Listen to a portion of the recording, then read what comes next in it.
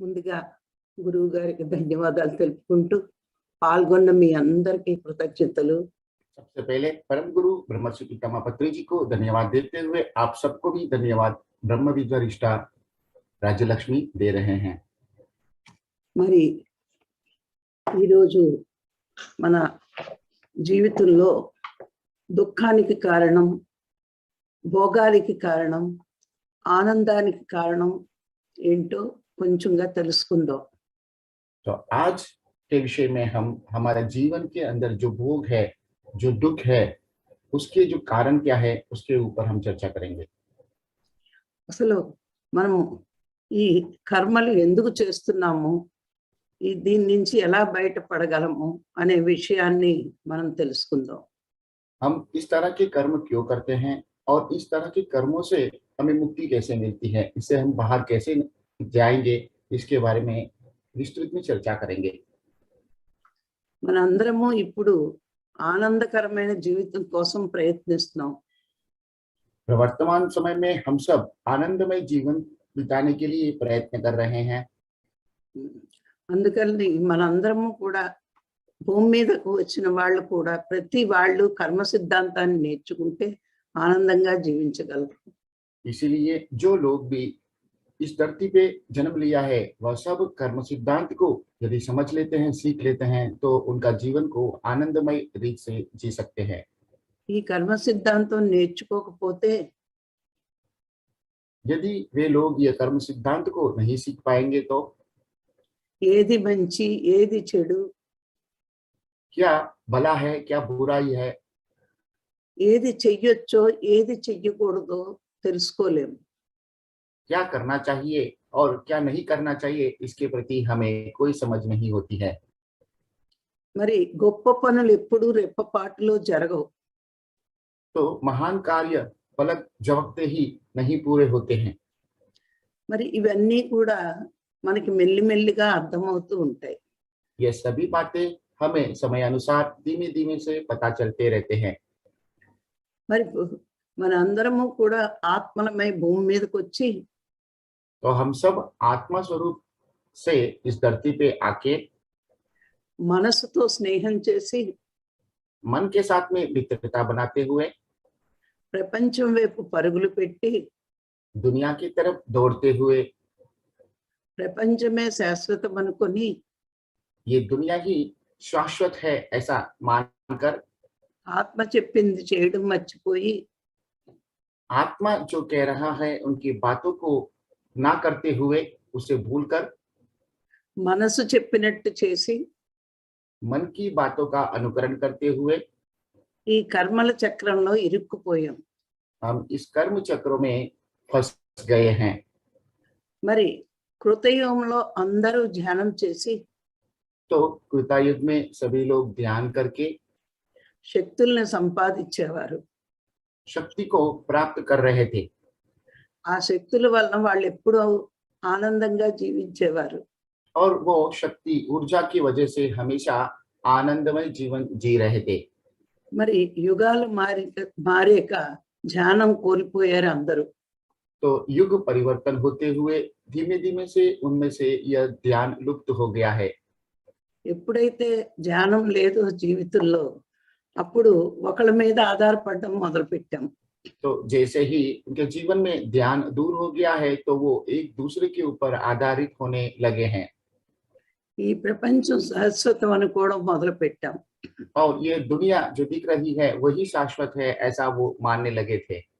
మరి అలా ఎప్పుడైతే ఆత్మ దూరం అయ్యామో జ్ఞానం లేకుండా పోయింది. तो जैसे ही हम आत्मा से दूर हो गए हैं तो हमें वो ज्ञान अब से दूर हो चुका है। జ్ఞానం లేక మనం భగవంతుడు అని మర్చిపోయాం. तो वो ज्ञान नहीं होने की वजह से हम स्वयं भगवान है ये बात हम भूल गए हैं। ఎప్పుడైతే భగవంతుళ్ళని మర్చిపోతామో ఇంకొకళ్ళ మీద ఆధారపడతాం. जैसे ही हम भगवान है ये बात भूल जाते हैं तो दूसरों के ऊपर आधारित होने लगते हैं। అప్పుడే మనం కర్మలు చేయడం మొదలు పెడతాం. और तब से ही हम कर्म करने लगते हैं। ఆ కర్మల వలయంలో చిక్కుకుంటాం. और उस कर्म के बंधनों में फंस जाते हैं। ఈ కర్మలు ఎన్ని రకాలుగా ఉంటాయో తెలుసుకుందాం. तो कर्म के कितने प्रकार होते हैं इसके बारे में समझ प्राप्त करेंगे। ఒకటి కామ్య కర్మ, पहला काम या कर्म। కామ్య కర్మ 2 సార్లు చెప్తాను చిరంజీవి. Yes ma'am. तो हर एक टॉपिक को 2 बार आपको बताया जाएगा तो आपको लिखने में सुविधा होगी।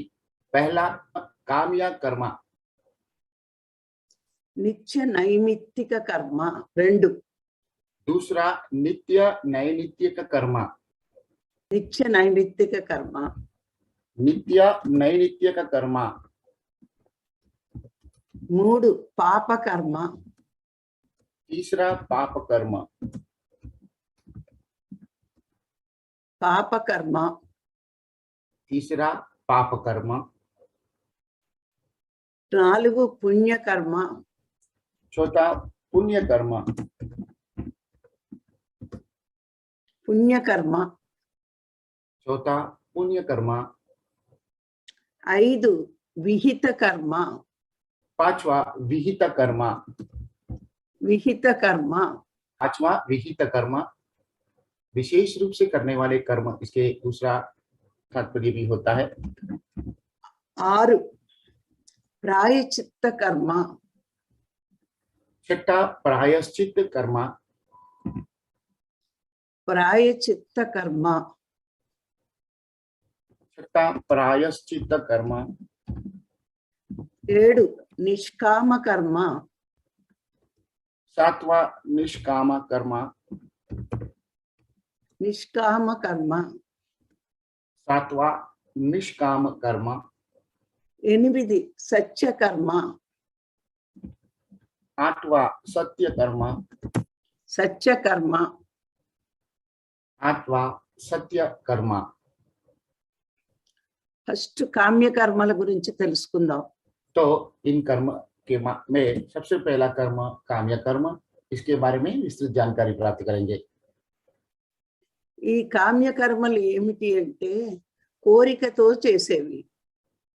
काम्य कर्म को विशेष हमारी जो इच्छा होती है, इच्छाओं के अनुसार जो कार्य करते हैं उसे काम्य कर्म कहते हैं। ఏ పని చేసినా కోరికతో చేస్తే कोई भी काम जब हम करते हैं वो हमारी इच्छाओं के साथ में करते हैं దాన్ని కామ్య కర్మలు అంటారు. तो उसे हम काम्य कर्म कहते हैं। ఏమిటంటే చూడండి, ప్రొద్దుట లేచిన దగ్గర నుంచి మనము చేసే పనుల్లో కామ్య కర్మలు ఎన్నున్నాయో తెలుసుకుందాం. तो सुबह से लेकर के शाम तक जो जितने भी प्रकार के काम करते हैं उनमें काम्य कर्म कितने होते हैं उसके बारे में गुरुजी आपको बताएंगे। ఉద్యోగం చేయడం, नौकरी करना, వ్యాపారం చేయడం, व्यापार करना, వ్యవసాయం చేయడం, खेती करना, మరి కుల వృత్తులు చేయడం అంటే చాకలి బట్టలు ఉతకడం, మంగలి క్షౌరం చేయడం, ఇవన్నీ కుల వృత్తులు. కంసాలు బంగారం పని చేయడం, ఇవన్నీ కుల వృత్తులు అంటారు. तीसरा कुल के प्रकार से कुछ वृत्ति परंपरा के रूप में हमें प्राप्त होता है, जैसे धोबी कपड़े धोते हैं, बार बार दाढ़ी बनाते हैं, बाल कटिंग करते हैं और उसी तरह से सोने चांदी के जवेरात बनाते हैं। तो इस तरह के जो कुल के ऊपर से जो वृत्ति आती है उसे भी इसके अंदर हम देख सकते हैं। ఇవన్నీ మనము ఫలితాన్ని ఆశించే చేస్తాం. तो ये सभी कर्म हम फल प्राप्ति के लिए करते हैं। వీటి వల్ల మనకి బంధం ఏర్పడుతుంది. तो इस वजह से इनमें हमें एक बंधन बनता है। అది డబ్బు మీద బంధం ఏర్పడుతుంది. तो वो बंधन धन के ऊपर बनता है, ఎందుకంటే అది పని చేస్తుంటే మనకు డబ్బు వస్తూ ఉంటది. क्योंकि यह कर्म करते हुए हमें धन प्राप्त होता है। ఇంకా చెయ్యాలి, ఇంకా చెయ్యాలి, ఇంకా సంపాదించాలని అనిపిస్తూ ఉంటది. तो हमें वह काम को और करते रहने की और धन प्राप्त करने की इच्छा और प्रबल हो जाती है। అది ఎంతగా చెయ్యాలని కోరుకుంటుందో అంతగా ధనంతో బంధం ఏర్పడుతుంది. तो इस तरह का कार्य हम जितना ज्यादा करते हैं और इस तरह के कार्य करने की इच्छा जितना प्रबल होती है, उतना ही और धन प्राप्त करने की इच्छा भी बनती रहती है। ఇక రెండోది నిత్య నైమిత్తిక కర్మలు. तो अब दूसरा कर्म नित्य नैनित्य का कर्म, సంధ్యావందనం, जैसे हम हर दिन शाम को वंदन करते हैं। ఈ సంధ్యావందనం 2 సార్లు చేస్తారు, మార్నింగ్ ఈవినింగ్. जी, దీన్ని సంధ్యావందనం అంటారు. तो संध्या वंदन दो प्रकार की होती है। सुबह जो हम वंदन करते हैं सूर्य नमस्कार इत्यादि, और शाम को करते हैं वो, ये दोनों को भी हम संध्या वंदन कह सकते हैं। మరి యజ్ఞ యాగాదులు, और उसी तरह से यज्ञ यागाद इत्यादि, ఇవన్నీ నిత్య నైమిత్తిక కర్మలు అంటారు. तो ये सब नित्य नैनित्य का कर्म कहते हैं। దీని వల్ల విశేషమైన పుణ్యం వస్తుంది. इस तरह के कार्य करने से विशेष रूप से पुण्य प्राप्त होता है। ఇది కూడా పుణ్యం మీద కోరికే. तो ये भी पुण्य प्राप्त करने के ऊपर ही हमारा इच्छा होती है। మరి పాప కర్మలు, तीसरा पाप कर्म, ఈ పాప కర్మలనే నిషిద్ధ కర్మలు అంటారు.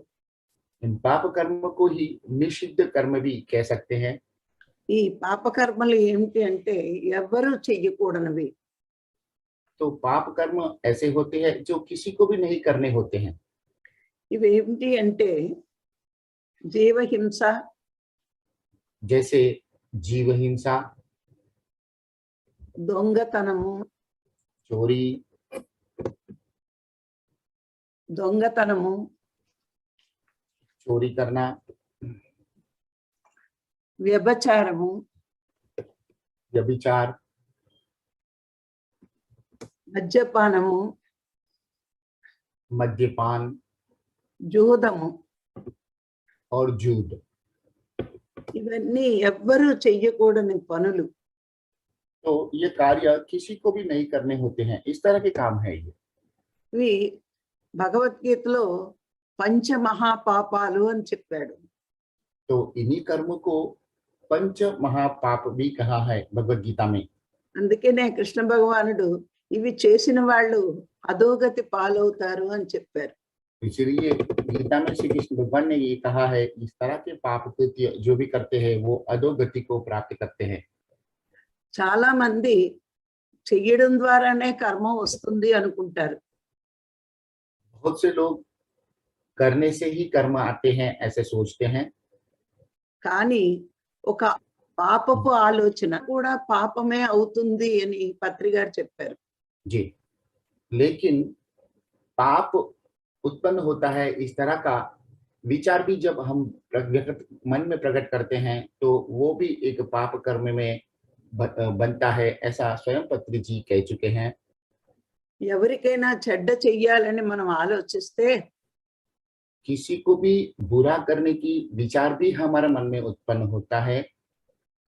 ఆ ఆలోచన మనము చెయ్యకపోయినా वो विचार को हम यदि नहीं करते हैं तब भी అది మనం విశ్వంలో ఆ ఆలోచన వదిలిన మూలాన్ని वो विचार हमारे द्वारा प्रस्तावित होने की वजह से, विश्व में फैलने की वजह से, మనం చెయ్యకపోతే ఈ ఆలోచన వల్ల ఇంకొకటి చేసేస్తాడు ఆ పని.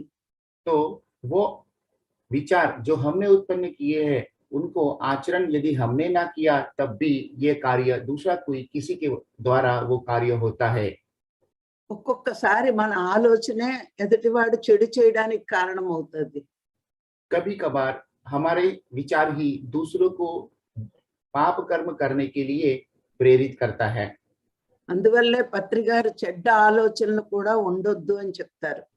इसीलिए पत्री जी कई बार कह चुके हैं कि बुरी तरह के विचार भी कभी हमें नहीं करने चाहिए। చాలా మంది నోటి ద్వారా కానీ చేతల ద్వారా కానీ చేస్తేనే పాపం అనుకుంటున్నారు. बहुत से लोग मुंह से और हाथ से जो कर्म बनते हैं, कार्य होते हैं, उसी से ही कर्म बंधन होते हैं ऐसे सोचते हैं। కానీ పాపపు ఆలోచనలు కూడా పాపమే. तो पाप कारक विचार भी पाप कर्म में आते हैं। అందుకే మనము పనులు ఆపిన ఆలోచనలు ఎలా ఉన్నాయో గమనించుకోవాలి. तो इसीलिए यदि हम कुछ तरह के कार्य स्थगित करने के पश्चात भी हमारे विचार कैसे हैं उसके बारे में चिंता करने की जरूरत है। ఒక వ్యక్తి పాపకర్మల నుంచి విముక్తి కావాలి అంటే एक व्यक्ति को पाप कर्म में से मुक्ति प्राप्त करना है तो వాడు చేతలే కాదు ఆలోచనలు కూడా గమనించుకుంటూ ఉండాలి. वो शारीरिक रूप से जो कार्य करते हैं वो ही नहीं, मन के द्वारा जो विचार उत्पन्न होते हैं उनके प्रति भी सजग रहते रहना चाहिए। అప్పుడే మనం చేయడమే కాదు సృష్టిలో కొంతమందైనా పాపం చెయ్యాలనే ఆలోచన నుంచి మారతారు. तो उस समय ही हमारे द्वारा ही नहीं, हमारे विचारों की वजह से सृष्टि में दूसरों को भी इस तरह के कार्य ना करने की प्रेरणा नहीं मिलती है। పుణ్యకర్మలు, तत्पश्चात पुण्य कर्म। ఈ పుణ్యకర్మలు ఏమిటి అంటే మనము అన్నదానం చేయడం, पुण्य कर्म में जैसे अन्नदान, వస్త్రదానము, वस्त्रदान, విద్యాదానము. विद्यादान, మరి ఎవరికైనా ఆరోగ్యం బాగోపోతే మనం హాస్పిటల్స్ కట్టించి వాళ్ళకి ఉపయోగపడడం. यदि किसी का स्वास्थ्य ठीक नहीं रहता है, बीमार होते हैं, तो इस तरह के लोगों के लिए हॉस्पिटल बना के देना, ఇలాంటివన్నీ కూడా పుణ్యకర్మలే. इस तरह के सभी कार्य को भी हम पुण्य कर्म कह सकते हैं। నేను చేస్తున్నాననే భావనతో చేస్తే పుణ్యం మనకు వస్తుంది. ये मैं कर रहा हूँ ऐसा भावना से हम इस तरह के कार्य करते हैं तो हमें पुण्य प्राप्त होता है। ఈ పుణ్యం వల్ల భోగవంతమైన జీవితాలు వస్తాయి. यही पुण्य के वजह से ही हमारे जीवन में अनेक तरह के भोग प्राप्त होते हैं। అందుకని మనం ఎన్ని చేస్తున్నా నేను అనే మాట మానేయాలి. इसीलिए ये हम जो भी कार्य करते हैं ये मैं कर रहा हूँ ऐसा भाव नहीं प्रकट करना चाहिए। విహిత కర్మలు विहित कर्म, అంటే మనకి విశేషమైన హితవు కలిగించే కర్మలు. तो हम विशेष रूप से जो हमें हित प्राप्त होता है उस तरह के कर्म को विहित कर्म कहते हैं। సాధువులని సజ్జనులని ఆదుకోవడం, तो इस कर्म में साधु और सज्जन जन को बचाने का और उन्हें मदद करने की जो कर्म होते हैं वो विहित कर्म होते हैं। ఎందుకు అంటే వాళ్ళు అన్నీ వదిలి వచ్చారు కదా, అందుకని మనం వాళ్ళకి ఆశ్రమం ఇవ్వాలి. तो इस तरह के दिव्यात्मा वो सब कुछ छोड़ के आते हैं, इसीलिए हमें उनकी आश्रम निर्माण के अंदर भी हमें मदद करना चाहिए। వాళ్ళ ధ్యానానికి అనుకూలంగా మనము పరిసరాలని వాళ్ళకి షెల్టర్ని ఇస్తే అది విశేషమైన పుణ్యకర్మ అవుతుంది. तो इस तरह के व्यक्तियों को, आत्माओं को ध्यान करने के लिए उचित वातावरण, आश्रम अथवा इस तरह की कोई भी सहूलत सुविधा यदि हमारे द्वारा प्राप्त कराए जाते हैं तो वो विहित कर्म के अंदर उसे कह सकते हैं। పూర్వపు రోజుల్లో ధ్యానం తెలియనప్పుడు దేవాలయాలు సత్రాలు కట్టించి వాళ్ళని ఆదుకునేవారు. पूर्व लोक में जब ध्यान के बारे में लोगों को जानकारी नहीं होती थी तो उस वक्त वे लोग मंदिर, धर्मसत्र इत्यादि बना करके इस तरह के महात्माओं को उसमें रहने के लिए बनाया करते थे। ఈ ధర్మసత్రాలన్నీ సాధువులు సజ్జనులకి ఆశ్రయం ఇచ్చేది. तो ये धर्मसत्र मंदिर सभी साधु और संत को आश्रय देते थे। అందుకని వాళ్ళందరూ ఏ చీకు చింత లేకుండా అక్కడ భోజన ఏర్పాట్లతో ఉంటే వాళ్ళు సాధన చేసుకునేవారు. तो इस तरह के वातावरण के अंदर किसी भी तरह की चिंता ना होने की वजह से अपने साधना के साथ में भोजन और सोने की सारी सुविधा उनको दिया जाते थे। అందుకే మన పత్రి గారు పిరమిడ్లు కట్టించి అన్నదానం చేయమని చెప్తారు. इसीलिए पत्री जी भी इस तरह का कार्य करने के लिए हमें अपने अपनी गांव में पिरामिड बना करके लोगों को अन्नदान करने की प्रेरणा देते हैं। పత్రి గారికి అందుకే అన్నదానం పిరమిడ్లు చాలా ఇష్టం. अत्रि जी को इसलिए अन्नदान और पिरामिड अति प्रिय है। ఎందుకు అంటే ధ్యానం చేసుకోవడానికి వీలవ్వే ప్రదేశాలు అవి కాబట్టి సార్ మనని అవే చేయమంటారు. तो ये ध्यान करने के लिए उचित वातावरण और प्रदेश होते हैं, इसीलिए गुरु जी हमें ये इस तरह के कार्य करने की प्रेरणा देते हैं। ప్రాయశ్చిత్త కర్మలు प्रायश्चित कर्म ఇవేమిటి అంటే మనకి ఏ సంబంధం లేని వాళ్ళకి మనం ఉపయోగపడ్డాం. तो हमें किसी भी तरह का संबंध किसी के साथ में नहीं होने के पश्चात भी उसके साथ में जिस तरह का काम करते हैं उसे ही हम प्रायश्चित कर्म कहते हैं। ఇప్పుడు ఒక ఉదాహరణ చెప్తాను మీకు. इस कर्मों के बारे में आपको एक उदाहरण बता करके समझाने का प्रयास किया जा रहा है। రోడ్డు మీద మనం ఒక యాక్సిడెంట్ చూస్తాం.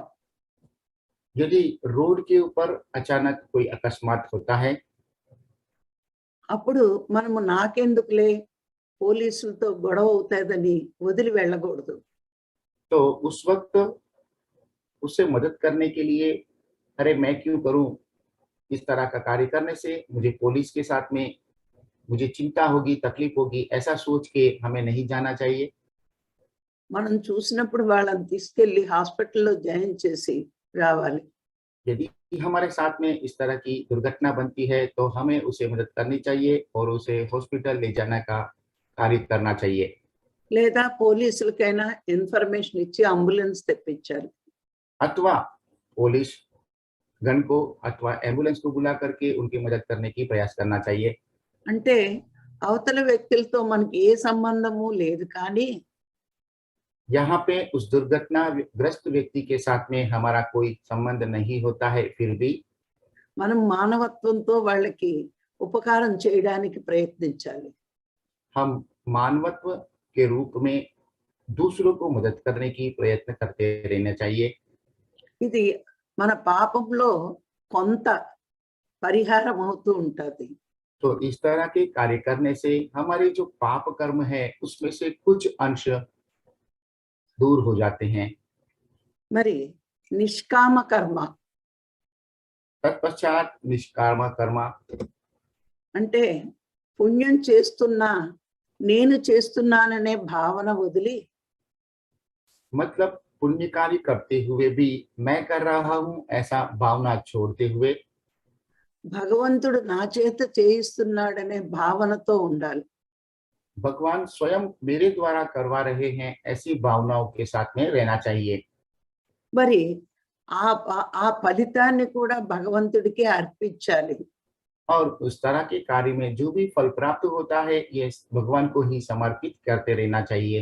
నాకు సంపదలు ఇచ్చింది భగవంతుడు, मुझे जो संपदा प्राप्त हुआ है वो भगवान ने दिए हैं।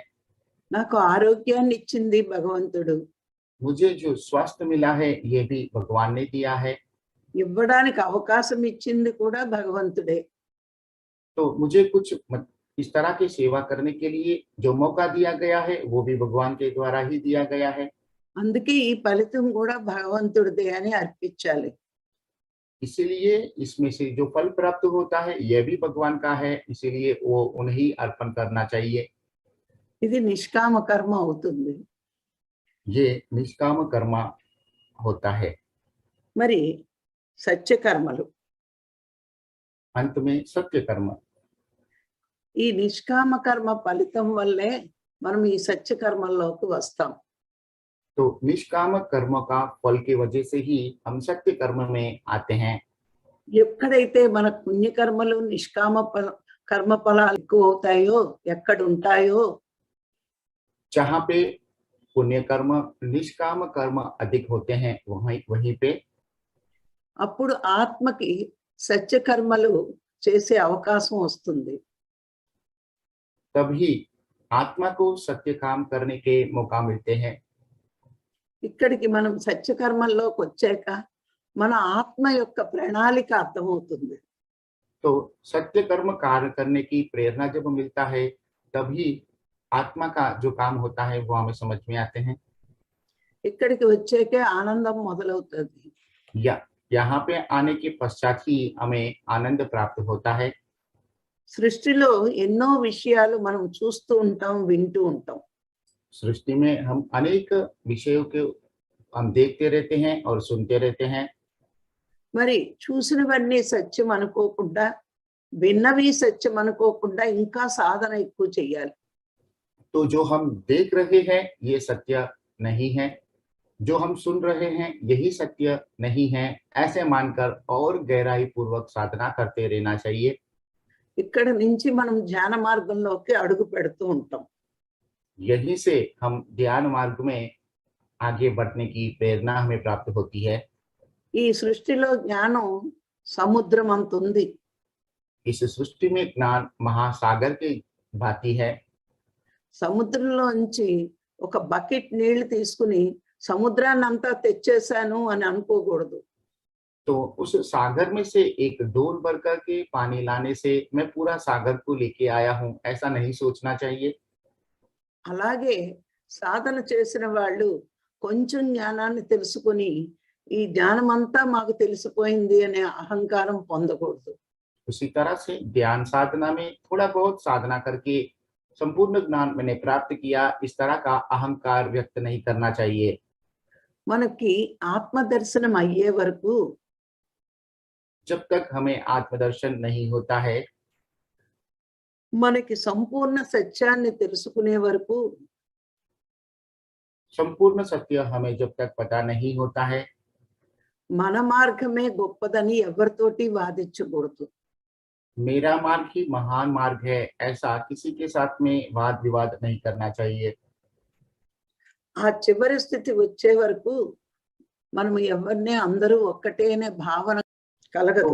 जी, अंत स्थिति तक जब तक नहीं पहुंच पाते हैं, तब तक हम सब एक ही है, उस तरह का भाव नहीं प्रकट होता है। మనకి చివరి స్థితి మొత్తం అంతిమ స్థితి ఏమిటి అంటే तो ये अंत स्थिति, आखिरी स्थिति क्या है? అంతా ఒక్కటే. सब एक ही है। ఈ సృష్టిలో ఉన్నది అంతా బ్రహ్మమయమే. सृष्टि में जो भी है वो सब ब्रह्ममय ही है। నేనే అంతా मैं ही सब में हूँ, అని అనుభూతి కలిగే వరకు ఎవరితోటి వాదించకూడదు. ऐसा भाव जब तक हमें अनुभव पूर्वक महसूस नहीं होता है, तब तक हमें किसी के साथ में भी वाद और विवाद में नहीं जाना चाहिए। సత్య కర్మల వల్లే इन सत्य कर्मों की वजह से ही ఈ పాపకర్మలు, यह पाप कर्म, పుణ్యకర్మలు पुण्य कर्म అన్నిటినీ పోగొట్టుకొని सबको हम लुप्त करके అప్పుడు జ్ఞానం పెంచుకుంటూ ఆత్మదర్శనం పొందుతాము. तभी हम ज्ञान को बढ़ाते हुए आत्मदर्शन प्राप्त कर सकते हैं। ప్రతి ఒక్క ధ్యాని सभी ध्यानियों को ఆత్మ మార్గంలో మనం తెలుసుకున్న విజ్ఞానం आत्म मार्ग में जो हमने जो विज्ञान को हमने समझा है, అవసరం ఉన్న వారికి उसकी जिसको जरूरत है, నేను తెలుసుకున్న జ్ఞానం ఉపయోగపడితే సంతోషమే मैंने जो ज्ञान प्राप्त किया है, समझ प्राप्त किया है, वो दूसरों को देने से संतोष ही అనే భావనలో ఉండాలి. प्राप्त होगा, इस तरह का भावना में रहना चाहिए। ప్రతి వాడికి ఉపయోగపడేది భగవంతుడి నిర్ణయం ప్రకారమే మన దగ్గరికి వస్తారు అందరూ. ఈ జ్ఞానం పొందడానికి మన దగ్గరికి రావడానికి కారణం కూడా భగవంతుడే. तो इस तरह का ज्ञान प्राप्त करने के लिए जो भी लोग हमारे पास आते हैं, उसके लिए भी स्वयं भगवान ही कारण है। అంతేకాని నేను చెప్పేస్తున్నాను అనే అహంకారం పెంచుకోకూడదు. इतना ही है, लेकिन मैं ये कार्य कर रहा हूँ, मैं लोगों को बता रहा हूँ, इस तरह का अहंकार को नहीं जन्म लेना चाहिए। ఒకరికి ఉపయోగపడితే అంతకంటే గొప్ప పుణ్యం లేదు అనే భావనలో ఉండాలి. यदि मेरे द्वारा किसी को मदद मिलता है तो इससे और पुण्य कर्म दूसरा नहीं है, इस तरह का भाव में रहना चाहिए। ఇలా ఉండడం వల్ల మనలో వినయం పెరుగుతుంది. इसी तरह से रहने से ही हमें विनय प्राप्त होता है, जागने लगता है। వినయంగా ఉన్నవాడు ఎదుగుతాడు. विनय में रहने वाला व्यक्ति ही आगे बढ़ता है। అహంకారం ఉన్నవాడు దిగిపోతూ ఉంటాడు. अहंकार जिनमें रहता है वो अधोगति को प्राप्त होते हैं। అందుకే ఒక ఆత్మజ్ఞాని ఎప్పుడూ వినయంగా ఉండడం నేర్చుకోవాలి. इसीलिए एक आत्मज्ञानी को हमेशा विनय पूर्वक रहना चाहिए। మనకి ఆత్మ దర్శనం అయ్యే వరకు हमें आत्मदर्शन जब तक नहीं होता है అప్పటి వరకు ఎప్పటికప్పుడు మన కర్మల్ని మనమే చెక్ చేసుకుంటూ ఉండాలి. तब तक हमेशा हमारे कर्मों को हम देखते रहना चाहिए। అలా చెక్ చేసుకోవడం వల్ల మనము తప్పులు చేయడం మానేస్తాం, మంచి చేయడానికి ప్రయత్నిస్తాం. इस तरह से हमारे कर्मों के प्रति जागृत अवस्था में जब रहते हैं तभी हम बुरा कर्मों को ना करते हुए अच्छे कर्म ही करते रहते हैं। మనము ఎదగాలి, ఆత్మ దర్శనం కావాలని కోరిక ఉంటే ముందు यदि हम आगे बढ़ने के लिए और आत्मदर्शन प्राप्त करने की इच्छा प्रबल होती है तब ముందు మనని మనం సరి చేసుకోవాలి.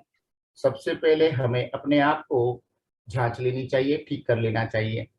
ఎదుటి వాడిని విమర్శించేవాడు అజ్ఞాని. दूसरों के ऊपर जो भी प्रतिक्रिया देते हैं वो अज्ञानी है। తనని తాను సరి చేసుకునేవాడే జ్ఞాని. अपने आप को ठीक कर लेते हैं वही ज्ञानी है। అందుకే మనం ప్రతిదీ తెలుసుకుంటూ ఆచరణలో పెట్టుకోవాలి. इसीलिए हमें सब कुछ जानते हुए आचरण में उसे लाना चाहिए। మరి ఈరోజు ఈ అవకాశం ఇచ్చిన మీ అందరికీ ధన్యవాదాలు. Thank you, thank you, thank you. तो यह मौका देने के लिए आप सभी दिव्यात्माओं को धन्यवाद। Thank you, thank you, thank you. ఎలా ఉంది చిరంజీవి? వండర్ఫుల్ మ్యామ్, ఈరోజు మంచి క్లాస్ వచ్చింది. కర్మ సిద్ధాంతం. కర్మ సిద్ధాంతం మన ఈ టైటిల్ పెట్టుకొని మనం ప్రచారం చేస్తే ఇంకా బాగుండేది. ఇంకా కొంతమంది చూస్తున్నారు మేడం, ఈ రోజు సబ్జెక్ట్ ఏమొస్తుంది అని కూడా వాళ్ళు చూస్తున్నారు. సో మనం ఈ విధంగా సబ్జెక్ట్ ప్రకారం కూడా ప్రచారం చేస్తే ఇంకా బాగుంటుంది అనిపిస్తుంది. అద్భుతమైన క్లాస్ ఈ రోజు వచ్చింది. కర్మ సిద్ధాంతంలో 8 రకాల కర్మలు ఉన్నాయి. ఈ కర్మలకు ఏ కర్మను ఏమంటాము అనేది కూడా మాకు ఇంతవరకు తెలియదు.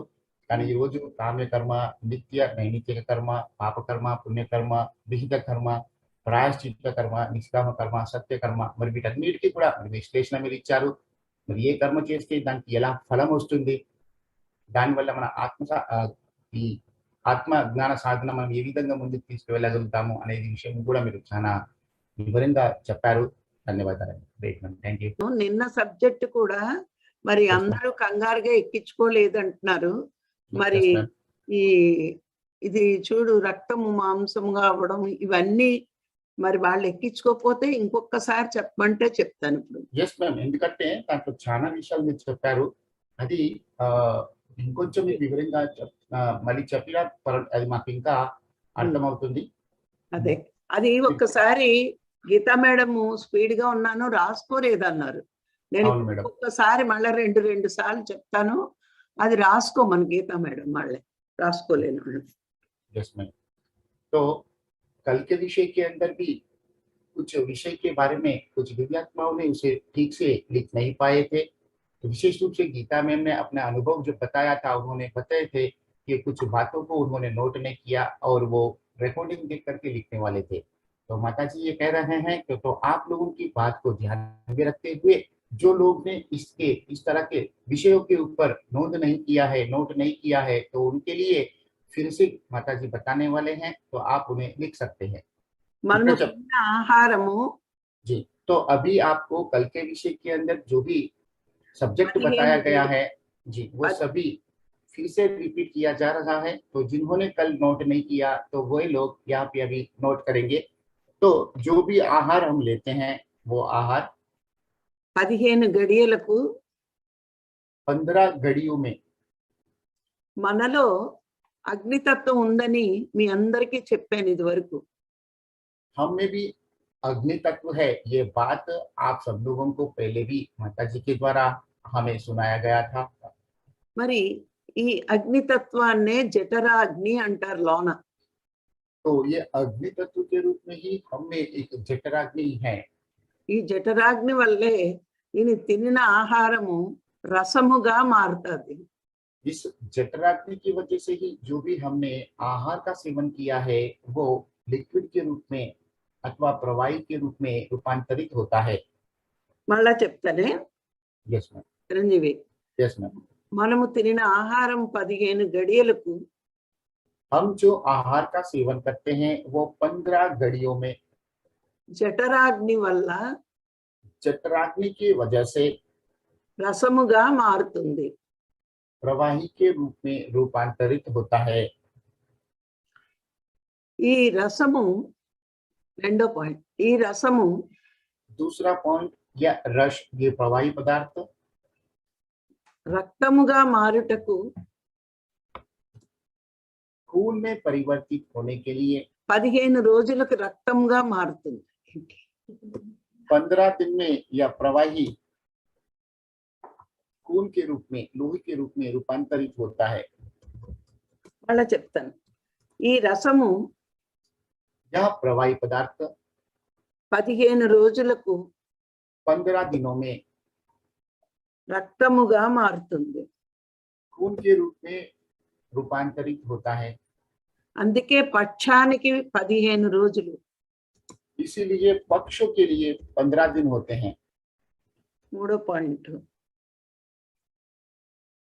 ఈ రక్తము और जो खून बना है శుద్ధ రక్తంగా మారడానికి शुद्ध लोही में, शुद्ध खून में परिवर्तित होने के लिए 27 రోజులు పడుతుంది. 27 दिन लगते हैं। ఈ రక్తము శుద్ధ రక్తంగా మారడానికి यही खून को शुद्ध खून बनने के लिए 27 రోజులకు మారుతుంది. 27 दिन का समय लगता है। అందుకే నక్షత్రాలు 27. इसीलिए नक्षत्र 27 होते हैं। ఈ రక్తము మాంసముగా మారడానికి या खून को मांस में परिवर्तित होने के लिए 40 రోజులు పడుతుంది. 40 दिन का समय लगता है। ఈ రక్తము यह खून మాంసముగా మారడానికి मांस में रूपांतरित होने के लिए 40 రోజులు పడుతుంది. 40 दिन लगते हैं। అందుకే ఏ దీక్షకైనా इसीलिए कोई भी दीक्षा के लिए 40 రోజులు చేస్తారు. 40 दिन की दीक्षाएं होती हैं।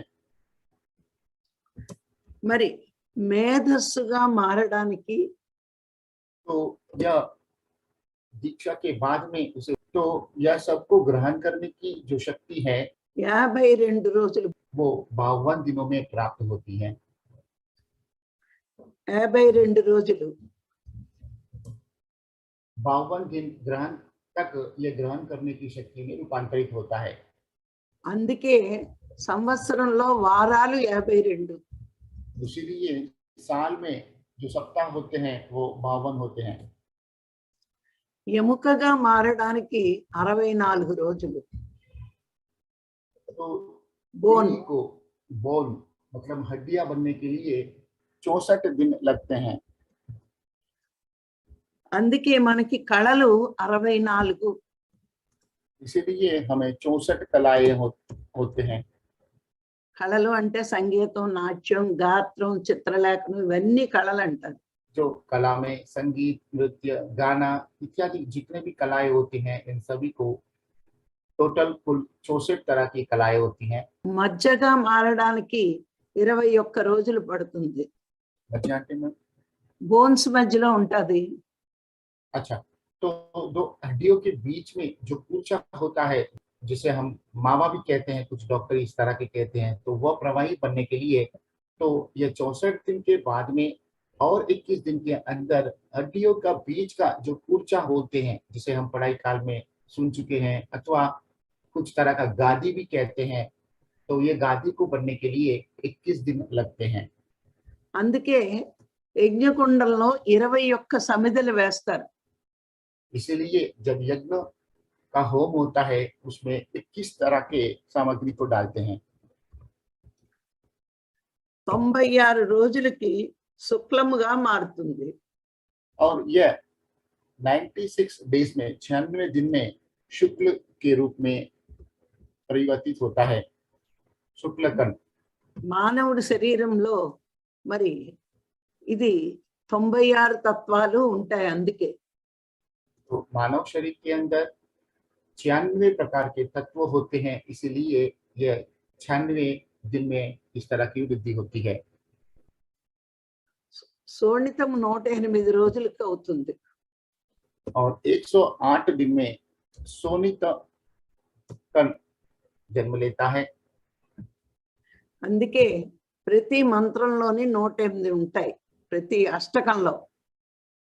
इसीलिए सभी तरह के अष्टक अथवा तो पुराणों के अंदर जो भी मंत्र वगैरह होते हैं उसमें 108 तरह की वो ఈ होते हैं।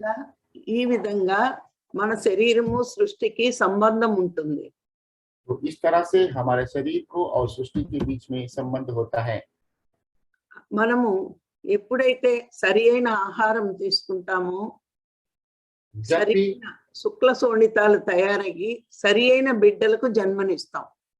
जब भी जैसे ही हम सात्विक भोजन लेते हैं तभी हमारे शरीर के अंदर शुक्ल और शोणिक कण उत्पन्न होते हैं और उनके ऊपर ही उनके आधारित ही गर्भधारण होता है और उसमें एक दिव्यात्मा का जन्म होता है।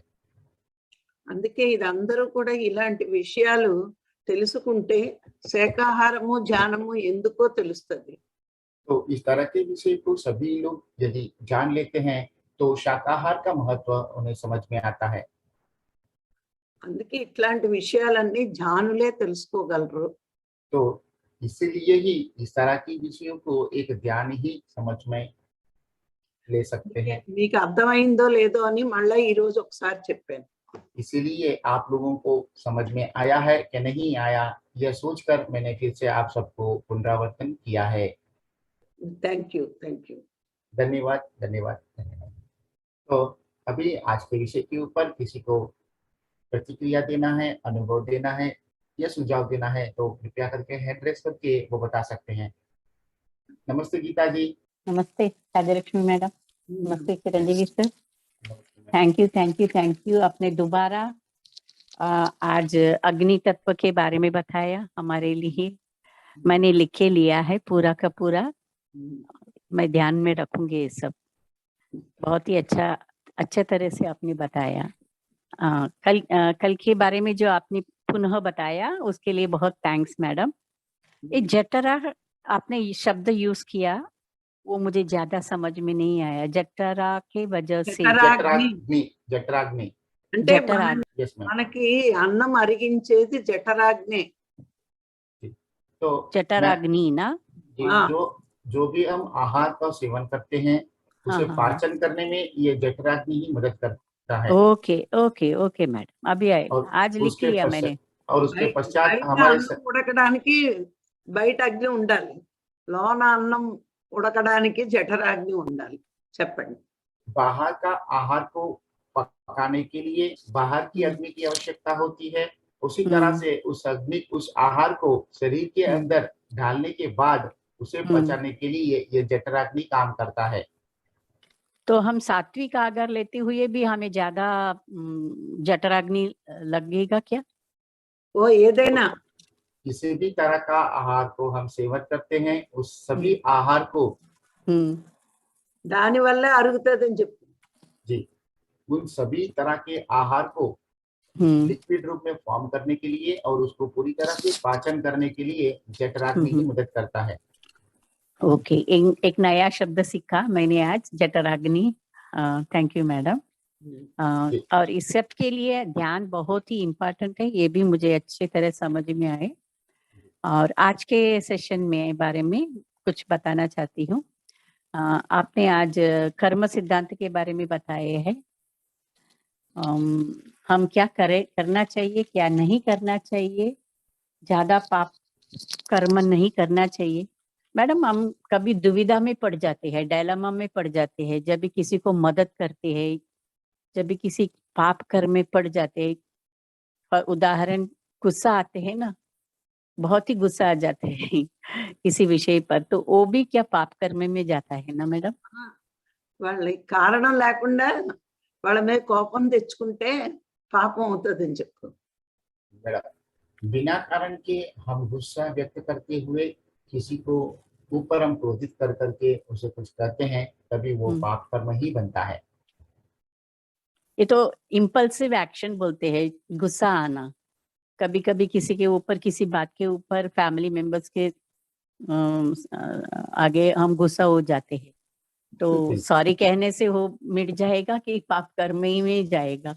మేడం, అప్పుడప్పుడు మన ఫ్యామిలీ మెంబర్స్ మీద కూడా మనం అకారణంగా లేదా కొన్ని కారణాల వల్ల మనం వాళ్ళపై కోపంతో వాళ్ళను అనేస్తూ ఉంటాం, తిడుతూ ఉంటాం. మరి వాళ్ళపై ఏమైనా యాక్షన్ తీసుకుంటే అది పాపకర్మ అవుతుందా? మరి వెంటనే మనం సారీ చెప్పేస్తే సరిపోతుందా అని అంటున్నారు.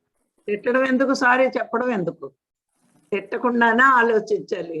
ఎవరి కర్మను బట్టి, ఎవరి ఆత్మస్థితిని బట్టి వాళ్ళ స్థితి ఉంటది, వాళ్ళ ప్రవర్తన ఉంటది. అనడానికి మనం ఎవరు, ముందు ఆ మాట మననం చేసుకోమను. ఎవరి ఆత్మస్థితిని బట్టి వాళ్ళు ఉంటారు. हमारे फैमिली के सभी सदस्य अपनी आत्मस्थिति के अनुसार ही वो रहते हैं और उसी अनुसार वो लोग जीवन जीते हैं और उसी अनुसार वो लोग कार्य करते हैं। तो उनको हम बोलने वाले कौन होते हैं? तो इसीलिए हमें ना ही उनको कुछ बोलना चाहिए और बोलने के बाद में हमें पश्चाताप भी नहीं करना चाहिए। इस तरह के कार्य करने से पहले ही हमें सोचना चाहिए और अपने क्रोध को कंट्रोल में रखने की आवश्यकता होती है। వాళ్ళని మేడం, కోపం తెచ్చుకోవడం, తిట్టడం వల్ల రెండు వస్తాయి. ఒకటి పాపం, రెండు బంధం. तो गुस्सा करने से दो तरह के वस्तु आती हैं, एक पाप और दूसरा बंधन। ఎందుకంటే నా వాళ్ళని నేను సరిచేస్తున్నాను అనేదే బంధం. तो ये मेरे परिवार के सदस्य हैं, मैं इसको ठीक करने का प्रयास कर रहा हूँ, ऐसा भाव हमें बंधन में जकड़ लेता है। అందుకని బంధము వద్దు, పాపము వద్దు అనుకుంటే మనం సైలెన్స్ అయిపోవాలి. इसीलिए मुझे बंधन भी नहीं चाहिए और नहीं मुझे पाप चाहिए। यदि आप ऐसा सोचते हो तो आपको साइलेंस होना चाहिए, कुछ भी नहीं करना चाहिए, अपने आप के प्रति चिंता करना चाहिए। ये बहुत ही डिफिकल्ट हो जाता है मैडम। कभी हम हर्ट हो जाएंगे तो हमारा फीलिंग्स भी बताना चाहिए ना मैडम? చిన్నప్పటి నుంచి ఇప్పుడు గారం ఎక్కువేమో, అందుకే అట్ట అయిపోద్ది అన్నిటికీ. तो आपको बचपन से बहुत ज्यादा प्यार मिला है, इसीलिए बहुत जल्दी आप हर्ट होने की बातें करते हो। नहीं, इस ध्यान में आने के बाद मैंने बहुत कंट्रोल किया है, बहुत से मुझे बदलाव आ गया है, बहुत से बदलाव आ गया है इस ध्यान की वजह से। ये आनापानसति, पत्री जी के आनापानसति में आने के बाद ही मैं बहुत बदल गई, मन से बहुत बदली हो गई हूँ, शरीर से भी बहुत बदली हो गई हूँ। Chiranjeevi, yes ma'am. ధ్యానం ఎప్పుడు వస్తుందంటే తనకి ఇష్టమైన వాళ్ళు దారి తప్పుతుంటుంటే ధ్యానం అంటించి సరి చేసుకుంటాడు భగవంతుడు. जी, तो ध्यान मार्ग कब प्राप्त होता है? जब उनके प्रिय व्यक्ति यदि उनके प्रति चिंता करते हुए वो अपना जीवन जीते हैं, तो भगवान उसको ठीक करने के लिए ध्यान मार्ग के प्रति उसे प्रेरित करने के लिए मौके देते हैं। ठीक है। और రాఘవరావు గారికి చాలా కోపం ఉండేది. तो राघव राव जी को भी बहुत ज्यादा गुस्सा आता था। మాట్లాడితే ఏదైనా ప్లేట్లు కంచాలు ఇసిరేసేవారు, అంత కోపం. మరి ఇప్పుడు ఒక 90% కోపం తగ్గింది, ఇంకా తగ్గుతుంది. तो बातों बातों में ही, छोटे छोटे बातों में ही उनके हाथ की जो प्लेट और इत्यादि जो भी चीजें होते हैं तो उसे फेंक देते थे। तो ध्यान में आने के बाद में उन्होंने 90% गुस्से को कंट्रोल कर दिया है और वो भी पूरा हो जाएगा। ठीक है, मैं भी बदली हो जाऊंगी, बदल बदल जाऊंगी। जैसे और एक क्वेश्चन है, प्रायश्चित कर्म मैडम ने बताया कि एक उदाहरण दिया रोड एक्सीडेंट के बारे में। वैसे हमारे जीवन में बहुत सारे अपॉर्चुनिटी आते हैं किसी को मदद करने के लिए, तो हम उसके हाल पे छोड़ना चाहिए कि हमें उससे मदद करना चाहिए?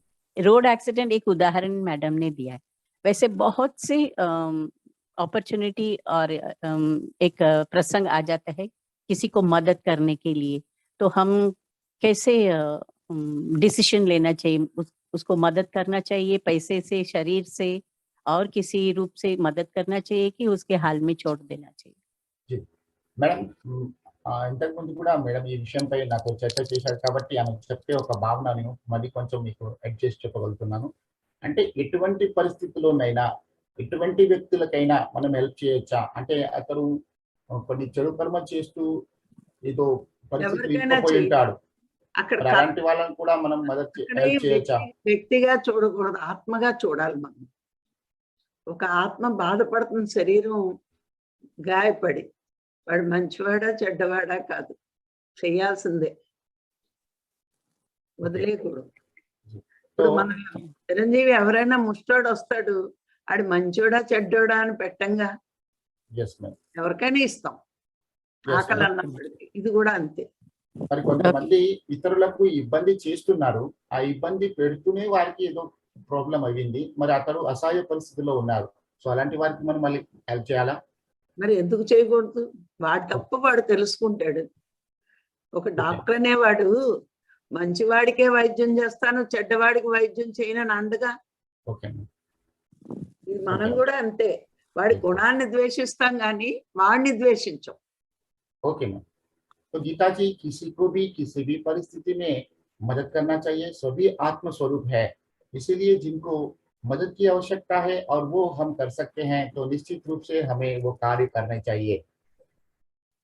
ठीक है, एक एग्जाम्पल मैं पूछती हूँ। सपोज मेरे पास 1000 रुपया है, एक एग्जाम्पल के तौर पे बताती हूँ। जी। मैं उसे ध्यान बांटने में, पुस्तक लेने में, किसी को पुस्तक देने में, पिरामिड के लिए, उसमें ज्यादा पैसा करना चाहिए। और एक फ्रेंड है जिसको औषध की दवाइयों की जरूरत है, उसमें मुझे पैसा ज्यादा खर्चा करना चाहिए। ఒకవేళ నా దగ్గర 1000 రూపాయలు ఉన్నాయండి, ఆ 1000 రూపాయలలో మరి ఒకరికి ధ్యానం కొరకు బుక్స్లు, మరి పుస్తకాలు కొని వారికి పంచడం కొరకు, మరి పిరమిడ్ల నిర్మాణం కొరకు దానం చేయాలా? మరి లేదంటే నా ఒక మిత్రుడికి వైద్యశాలకు వెళ్ళడానికి, హాస్పిటల్కి వెళ్ళడానికి అవసరం ఉంది, మరి ఆయనకు నేను మద్దతు చేయాలా? ఈ ఇద్దరిట్లో ఎవరికి నేను ప్రయారిటీ ఇవ్వాలి అని నేను చెప్తున్నా. రోగం వచ్చినోడికి చేయమల్లా, యాక్సిడెంట్ అయితే అని చెప్తాను. రోడ్డు మీద యాక్సిడెంట్ అయ్యి వాడికి ఎవ్వరూ సహాయం చేయలేని పరిస్థితుల్లో ఉన్నప్పుడు చూసి వెళ్ళిపోకుండా వాడిని కొంచెం హాస్పిటల్కి చేర్చమన్నాను, అంతేకాని ఎదవలందరికీ డబ్బు సాయం చేయమని చెప్పలేదు నేను. तो माता जी का कहना है कि उन्होंने स्पष्ट रूप से कहा, यदि वो निशाई अवस्था में रोड के ऊपर उनके साथ में अकस्मात हुआ है तो उसे मदद करने के लिए कहा है, लेकिन हॉस्पिटल में जाने वाले हर एक व्यक्ति के लिए आपको मदद करने के लिए उन्होंने नहीं कहा। ठीक है, మరి Thank ఒక you. క్వశ్చన్ ఇక్కడ ఏమంటున్నారంటే, రెండు అంటే ఇక్కడ వారి వాళ్ళ స్నేహితులు, ఇక్కడ స్నేహితులకు డబ్బులు సహాయం చేయవచ్చా, లేదా అదే సమయంలో ఇతరులకు పిరమిడ్ పుస్తకాలు మరి ఈ ఖర్చు పెట్టే అవకాశం ఏ వచ్చింది? స్నేహితులకి సహాయం చేయాల్సిన అవసరం లేదు. Yes ma'am. तो गीता जी, आपका उस सवाल का और मैं गहराई पूर्वक मैं स्पष्टता दे रहा हूँ। यदि आपके समय में एक ही समय में आपके पास 1000 रुपया का संपत्ति धन है, वो दो तरह के कर्म आप कर सकते हो। एक आपको मित्र को दवाइयों के लिए और दूसरे के लिए ध्यान करने की सुविधाजनक आपको वातावरण के लिए आपको पैसा खर्च करना है।